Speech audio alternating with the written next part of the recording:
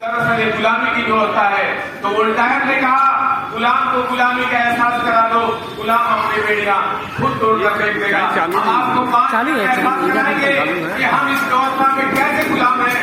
और अगर आपको एहसास होता है कि हम इस व्यवस्था में गुलाम हैं, तो मैं कहता हूँ आज ही आप लोग प्रण करके जाइएगा। जो धर्म आपको चीज कहता है उसको लाभ मार करके जाए। अगर इस धर्म को आप लाभ नहीं मार सकते तो मैं लिख करके जा रहा हूँ, आपको बाबा साहब अम्बेडकर इस देश में, इस दुनिया में कभी पैदा नहीं होंगे। अगर बाबा साहब को मानना है तो बाबा साहब की मानना पड़ेगा। हम लोग बाबा साहब को मानते हैं, यही हमारी गुलामी। और मैं तो कहता हूँ हर बिरादरी के अंदर अगर धर्मेंद्र सरोज जैसे लोग पैदा हो गए तो इनके 33 करोड़ देवी देवता आने वाले 10 साल के अंदर पूरे देश से गायब हो जाए। मैं कहता हूँ कि जोता खाली हो जाइए। सारी बिरादरी के लोग अगर जिस तरह बाबा साहब अम्बेडकर को आगे रख करके अगर प्रोग्राम करेंगे तो कोई माई का लाल पैदा नहीं हुआ है कि 85% समाज को गुलाम बना दे।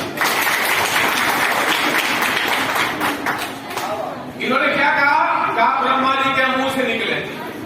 ब्रह्मा जी के मुंह में बच्चेदानी लगी है, छाती में लगी है, पेट में लगी है, पैर में लगी। हमको बोलता है तो पैर से निकले।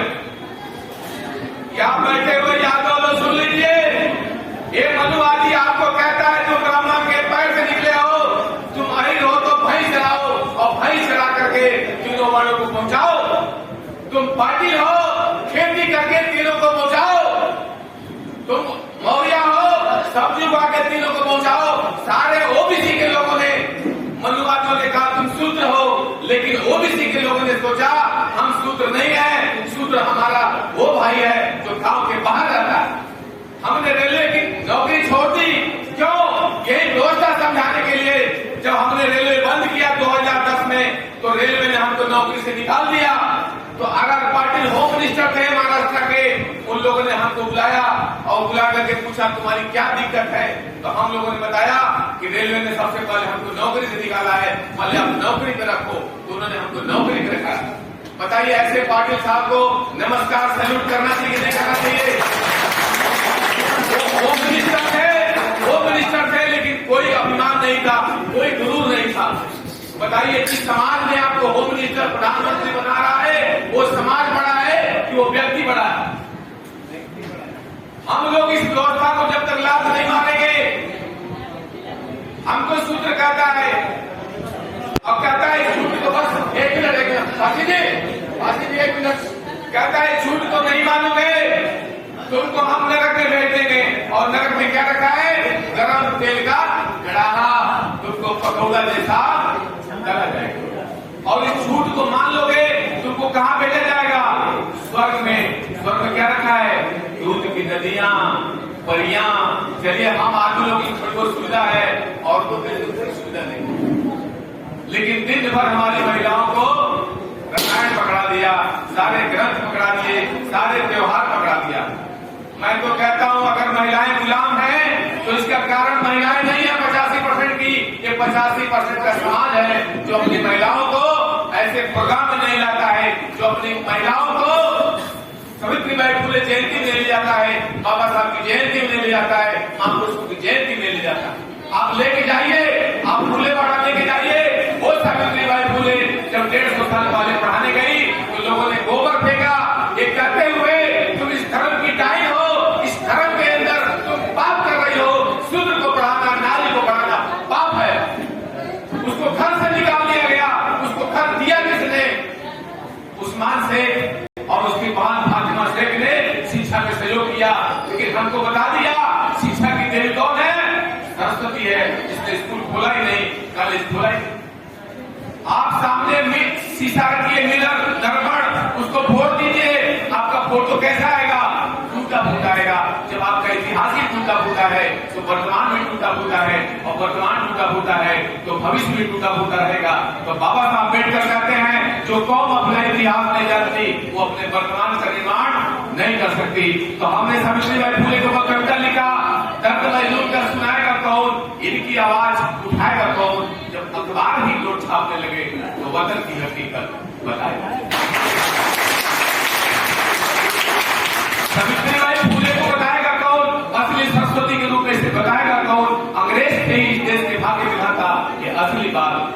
अंग्रेज नहीं आते, भाई चलाता, कनेडिया भेंट चलाता, धोबी कपड़ा धोता, समाज का काम करता, बस इसको चलाता।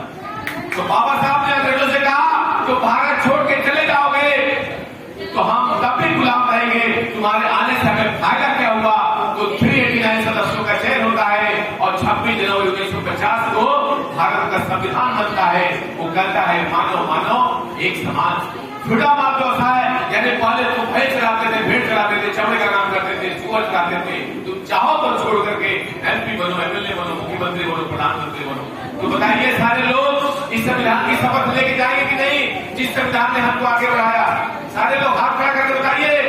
शादी हो, गृह प्रवेश हो, कोई मर गया हो, उन मधुवादियों को मत बुलाइए जो आपको नीच करता है। आप जौनपुर के जाइए, सारे यादवों ने, मौर्य लोगों ने, कुर्मी लोगों ने इन ब्राह्मणों का बहिष्कार कर दिया है जो आपको नीच कहता है। आप हाथ खड़ा करके बताइए क्या इसे शादी विवाह करवाइए? आपको गाली देता है शादी में आकर के, आपके हाथ में धागा पहनता है, वो गरियाता है, क्या कहता है?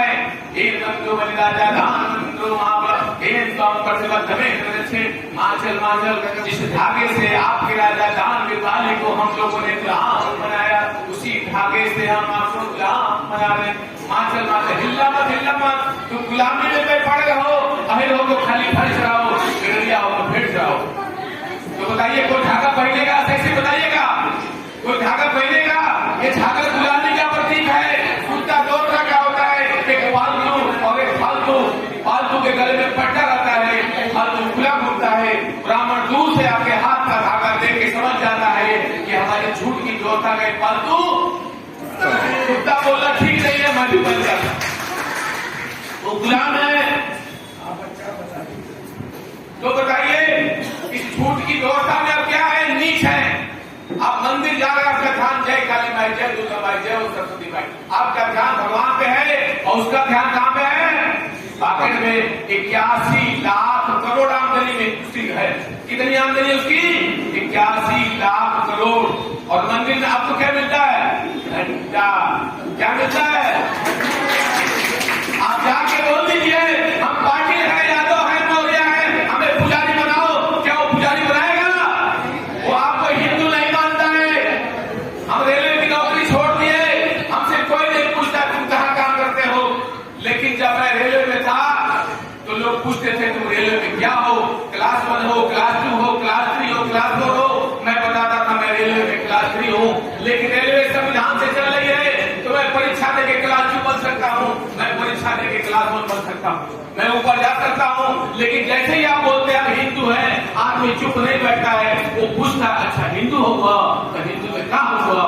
क्लास 1 ब्राह्मण है, क्लास 2 क्षत्रिय है, क्लास 3 वैश्य है, या क्लास 4 शूद्र है। हिंदू धर्म में आप शूद्र है और शूद्र है तो कितना भी लंबा टीका लगाइए, कितना भी लंबा धागा बांधिए, कोई आपको हिंदू मानता है? बिहार में अध्यक्ष के मुद्दा ये कहते हैं कि हम चमार के घर खाना खा लिए तो पिताजी बोले तुमको चमार हो गए। तो उन्होंने कहा ठीक है पिताजी, चमार के घर खाना खाने से मैं चमार बन गया तो कल मैं पंडित के घर खाना खा लूंगा और पंडित हो जाऊंगा। उन्होंने कहा ये नहीं होगा, तो पंडित नहीं बन सकते हो। तो बताइए जो धर्म हमको नीच कहता है, जो धर्म हमको अपमानित करता है, उसको लाभ मारना चाहिए नहीं मारना चाहिए? हाथ खड़ा कर बताइए। वो धर्म ऐसे नहीं टिका हुआ है। आप किसी के भी धर्म में जाइए, अगर देवी देवता लटका हुआ है तो लोग कहते हैं हिंदू है। अगर आप अल्लाह के सामने खड़े हैं तो लोग कहता है ये मुसलमान है। अगर आप गांव के सामने खड़े हैं तो लोग कहता है ये ईसाई है। तो आप क्या करेंगे कि अलग हो जाएंगे? तो हम लोग सारे शादी विवाह में 2 मिनट ध्यान कराते हैं। ध्यान से मिलता है ज्ञान और ज्ञान कहता है मानो मानो एक समान। हमारी पहचान क्या हो जाएगी? श्रवण, बहुजन और ध्यान से ज्ञान। संविधान की शपथ करवाते हैं, संविधान से सम्मान और उसके बाद हम लोग एक कैलेंडर बांटते हैं महापुरुषों का। यह है वास्तविक इतिहास। उनके क्या है? दार्शनिक क्या? उसका एजेंडा क्या है? भक्ति करो, मनुस्मृति लागू हो जाएगी। भक्ति मतलब जानो मत मानो, मान लो अहिरो, मान लो पासी हो, मान लो ईश्वर है, मान लो अल्लाह है, मान लो स्वर्ग है, मान लो धर्म। जैसे ही आपने भक्ति मार्ग को अपनाया आपके ऊपर मनुस्मृति लागू हो जाएगी। और भक्त है तो घर में क्या होना चाहिए? भगवान। तो हम लोग एजेंडा बनाया